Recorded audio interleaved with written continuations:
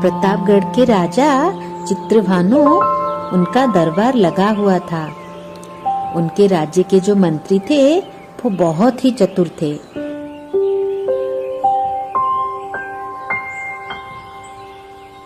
राजा उनके कई समस्या का समाधान मंत्री से करवाते थे। एक बार राजा के मन में कई प्रश्न आने लगे। उन्होंने सोचा इस प्रश्न का उत्तर केवल हमारे मंत्री ही दे सकते हैं। उसी दिन राजा का दरबार लगा हुआ था। तभी राजा ने मंत्री से 3 सवाल पूछे। महामंत्री, आप मुझे बताइए, ईश्वर कहाँ रहता है? ईश्वर क्या करता है? ईश्वर कैसे मिलता है? मंत्री ने कहा, जी महाराज, आपका तीनों प्रश्न मैंने सुन लिया है, मगर इसका उत्तर मैं आपको कल दरबार में दूंगा।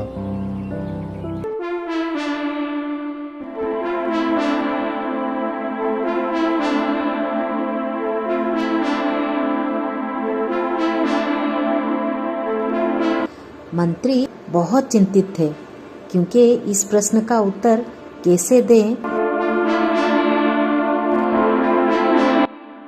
मंत्री अपने घर आ गए। इस प्रश्न का उत्तर ऐसे ही राजा को देना चाहिए जैसे राजा पूरा संतुष्ट हो जाए। तब उनका पुत्र उनके पास आया। पिताजी, क्या हुआ? आप बहुत सोच में हो। कौन सी चीज है जो आपको इतनी परेशानी में डाल दिया है? आप मुझे बताएंगे पिताजी? नहीं, ऐसा कुछ नहीं है। राजा ने मुझे 3 प्रश्न पूछा है, उसी का उत्तर के लिए मैं चिंता में डूबा हुआ हूँ। क्या करूँ, कुछ समझ भी नहीं आ रहा। कैसे उस प्रश्न का उत्तर दूं? पिताजी, आप मुझे बताइए, कौन सा प्रश्न है? मंत्री ने कहा, ईश्वर कहाँ रहता है? ईश्वर कैसे मिलता है? और ईश्वर करता क्या है? यही 3 प्रश्न राजा ने मुझसे पूछा है। पिताजी, इसका उत्तर है मेरे पास। आप चिंता बिल्कुल भी मत कीजिए। आप कल मुझे दरबार ले जाएं, मैं वहाँ पर राजा के 3 प्रश्नों का उत्तर अच्छी तरह से दे दूंगा। क्या तुम सच में ये बोल रहे हो? हाँ पिताजी।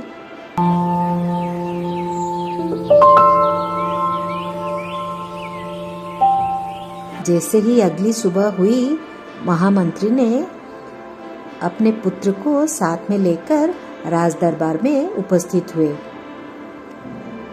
राजा का दरबार जैसे ही शुरू हुआ, राजा ने महामंत्री से पूछा, क्या हुआ मंत्रीवर? आज मेरे प्रश्नों का उत्तर देने के लिए आप प्रस्तुत हैं? जी महाराज, आपके प्रश्नों का उत्तर मेरा पुत्र दे देगा। अच्छा ठीक है, कहाँ है तुम्हारा पुत्र? बुलाओ उसको। जी महाराज। तभी महामंत्री का पुत्र दरबार में उपस्थित हुआ। महाराज, मुझे तीनों प्रश्न के उत्तर देने के लिए कुछ चीजें चाहिए। हाँ बताओ, क्या चाहिए तुम्हें? महाराज, मुझे एक कटोरी दूध चाहिए जिसमें चीनी मिला हुआ हो, और एक कटोरी दही चाहिए जो खाली हो, उसमें कुछ भी चीज नहीं हो, ना चीनी ना नमक। ठीक है दासी, एक कटोरी दूध, उसमें चीनी मिला हुआ हो, और एक कटोरी दही लाया जाए। जी महाराज। ऐसे कह के दासी चली गई लाने, और एक कटोरी दूध और एक कटोरा दही लेके आ गई। मंत्री के पुत्र ने वो दूध वाला कटोरी लेके महाराज को दिया। महाराज, कृपा करके आप इसे पी लीजिए। राजा ने कटोरी उठाया। अच्छा ठीक है, पी लेता हूँ। राजा ने जैसे ही दूध पिया, ने मंत्री के पुत्र ने पूछा, महाराज, दूध कैसा था? हाँ, दूध तो मीठा था। तो आपको दूध में चीनी दिखाई दिया? नहीं, चीनी तो उसमें घुल मिल गया है, चीनी कैसे दिखेगा? महाराज, जिस प्रकार दूध में चीनी मिली हुई है, उसी प्रकार संसार के प्रत्येक वस्तु जो भी आप दे सकते हैं, प्रत्येक प्राणी, प्रत्येक वस्तु, सब में ईश्वर घुले हुए हैं। जिस प्रकार दूध में चीनी दिखता नहीं है, उसी प्रकार संसार में ईश्वर दिखते नहीं है, खाली उनको अनुभव कर सकते हैं। महाराज को उत्तर बहुत ही अच्छा लगा, वो पूरा संतुष्ट हो गए। महाराज ने दूसरा प्रश्न पूछा, तो ईश्वर कैसे मिलते हैं? मंत्री के पुत्र ने कहा, महाराज, ये दही का कटोरा लीजिए, देखिए इसमें मक्खन दिखता है। महाराज ने कहा, नहीं, मक्खन तो इसमें है मगर दिखता नहीं है। दही को मंथन करने से मक्खन मिलेगा। महाराज, ठीक उसी प्रकार जैसे दही में मक्खन है मगर मक्खन दिख नहीं रहा और दही को मंथन करने से मक्खन मिलता है, ठीक उसी प्रकार मन को मंथने से ईश्वर मिलते हैं। महाराज को दूसरी प्रश्न का उत्तर भी बहुत ठीक लगा, एकदम सही लगा, वो बहुत खुश हो गए। महाराज ने पूछा, और ईश्वर करता क्या है? मंत्री के पुत्र ने बोला, महाराज, इस प्रश्न के उत्तर देने के लिए आपको मुझे गुरु मानना होगा।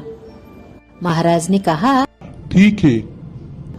मंत्री के पुत्र ने कहा, महाराज, जो गुरु होते हैं वो ऊंचे आसन पर बैठते हैं और जो शिष्य होता है वो नीचे बैठता है, इसलिए आप मुझे आपका सिंहासन दीजिए। महाराज ने कहा, ठीक है, तुम सिंहासन पर आ जाओ। महाराज उतरकर नीचे आ गए और मंत्री का पुत्र जाके सिंहासन के ऊपर बैठ गया और बोला, महाराज, यही आपके तीसरे प्रश्न का उत्तर है। ईश्वर एक ही क्षण में राजा को साधारण प्रजा बना देते हैं और साधारण प्रजा को राजा बना देते हैं। राजा इस उत्तर को सुन के एकदम प्रसन्न हुए।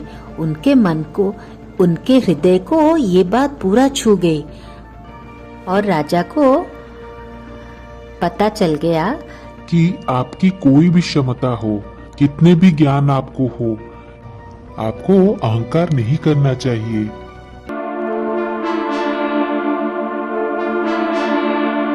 आगे की कहानी देखने के लिए हमारे चैनल को लाइक और सब्सक्राइब करें।